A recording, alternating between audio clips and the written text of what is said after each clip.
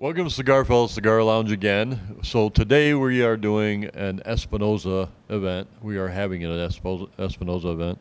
And we have the rep Tyler with us. So thanks for coming out, Tyler. No problem. Thanks for having us. It's always a good time. We can get together and hang out anyways. Usually you come up and have a cigar with me and we just shoot the crap like we normally do. And so I appreciate you coming out and doing an event with us. First event. Yeah, first event here. Yeah, so excited. It's going to be good. And we got a lot of people coming, so our events turn out to be pretty good, don't they? Dave? Never a dull time. Never a dull day. Hey, that's what I like to hear. Right. So we just have a small interview with just getting to know who you are. Beautiful. So first of all, besides cigars, everybody knows that you do cigars, Espinosa obviously, but what is your favorite thing to do besides cigars? Drink? No. No, I mean, We'll get to that. We'll We get will to get to that. We'll get to the drinks. No, I'm a big sports guy. Big music guy. If you look at my Spotify playlist, it's like my just liked songs like over 1,000. And I don't. There's a time and place for everything. So I just really like to relax, listen to music, watch some sports. Olympics are going on right now. The United States is killing it right now. Wish we had a little bit more gold, but you know what? We're still a leader, so.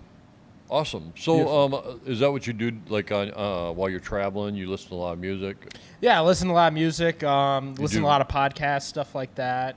Keeps me, keep the brain going, Just a lot of hours on the road, especially in this job and stuff like that. So, even when I get to the hotel, I'll throw on Hell's Kitchen, like reruns and stuff. I hear Gordon Ramsay just yell at people for hours before I go to bed, so I just love it. Yeah, my favorite thing to do actually during the day while I'm doing my regular job, being a building engineer, working on boilers and rooftop units and things.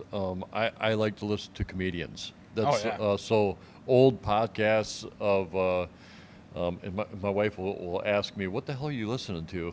Because I'll still be listening to it when I pull in the driveway here.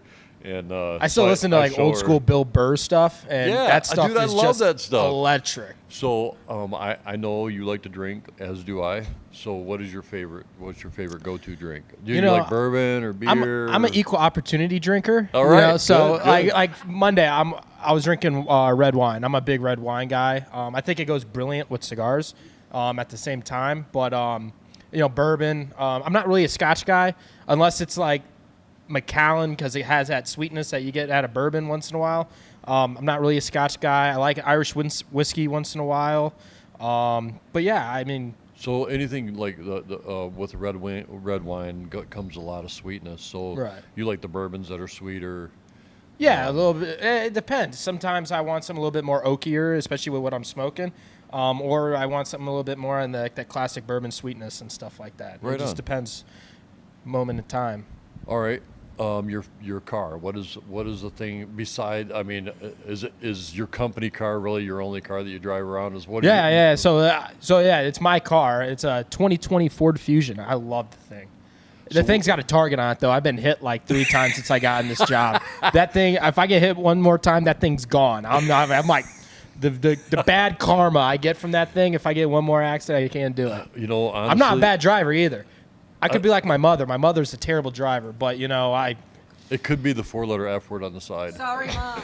It might be. I say that because I've always been a Chevy guy, and I drive a Ford F-350 now, but that thing's in the shop again. So, I won't own another one. See, I'm a Mustang guy. I used to repair daily. Right. That's true. It's very true. I've only owned one other one. It was when I was a teenager. I had a Ford Ranger, and I was working on that constantly, and I swore I'd never own another one. I thought you had a fastback. No, a Mustang. I don't count that as a Ford.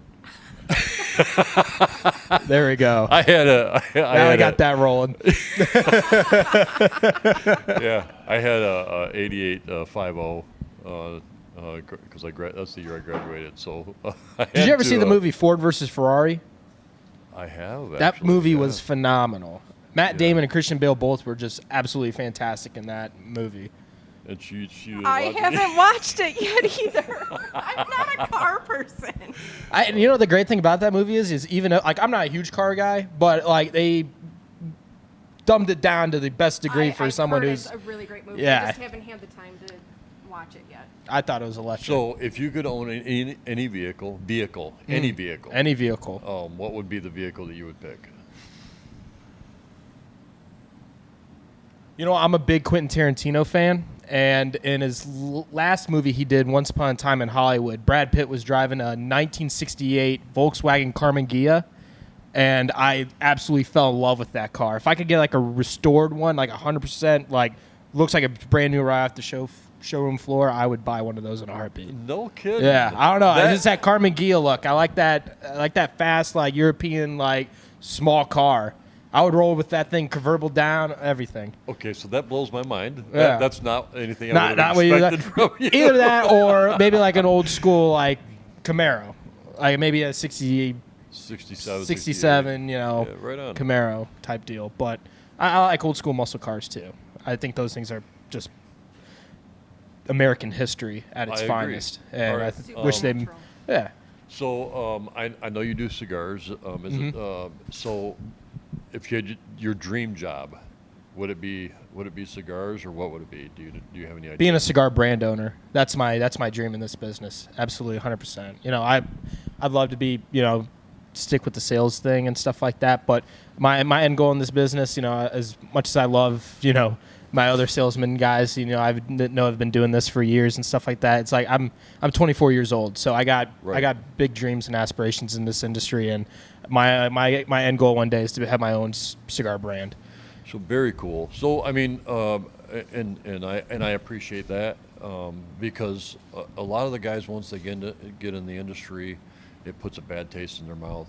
I get asked all the time that you know, now that you're in it, are you sick of it already? I'm not sick of it. Now the hours suck sometimes, Right? And I need, you know, everybody needs some time off, but I'm definitely not sick of it. And it changes all the time because like you guys come out with new new blends, new banding, new different. So it's always moving, Right. And it's changing constantly. That's what I love about it. Because It's very competitive, and I mean, I think the competitiveness with all the different brands out there, I think it draws out, you know, everybody's best, and you know, you have to keep putting out new stuff. You know, we don't do a whole lot of new stuff like regular production. Like we do a lot of limited edition stuff every year and stuff like that, but it really takes, you know, a lot for us to do like a new core line and stuff like that. So like we have a new Laranja coming out, shipping middle of August, Laranja Azulejo, which is absolutely phenomenal. I smoked probably way too many that the company would like at the trade show. I'll be completely honest, but it's amazing. And, so what's the blend on that? So so with the Laranja line, it's a theme for us to use Brazilian wrappers. Right. Like the original Laranja with the orange band, that's got a Brazilian Habano wrapper, or Cubra. Honestly, that's my favorite. It's I think it's the best cigar we do, period. And Laranja Escuro, the cigar of the year from Cigar Snob magazine this year, that has a Brazilian Matafina wrapper. So Laranja Azulejo, we changed it up just a little bit. We did an Ecuador Sumatra wrapper, and it's the darkest Ecuador Sumatra I've seen in a long time. Really? So you brought me one, right? I wish I had some. Oh, I wish I had some. come on. Bro, I wish I had some. He smoked them I all. smoked He them said all. that. We handed the rest of them out in Vegas. Yeah, trust me, I really wish I had some. But I would have gave you one in a heart because it's amazing. And I can't wait for guys like you to try it because I really think it's just going to take our company even more to the next level. But that has a Brazilian binder. So we did Brazilian Arapiraca as the binder, and then Nicaragua filler and fillers. So that's coming out of AJ Fernandez's factory. Thank God we work with that guy. So the cool thing is, I don't think a lot of people know this, but we're one of the very few companies that work in his factories, and he has no input on our blends. Like he doesn't. He might smoke them, but he doesn't approve, disapprove. I mean, we do everything our way. We use all the tobaccos we want, and luckily we have that freedom in there. We can really do some magic with his stuff because he's got great tobacco. So I know, but maybe they don't. Who is your blender?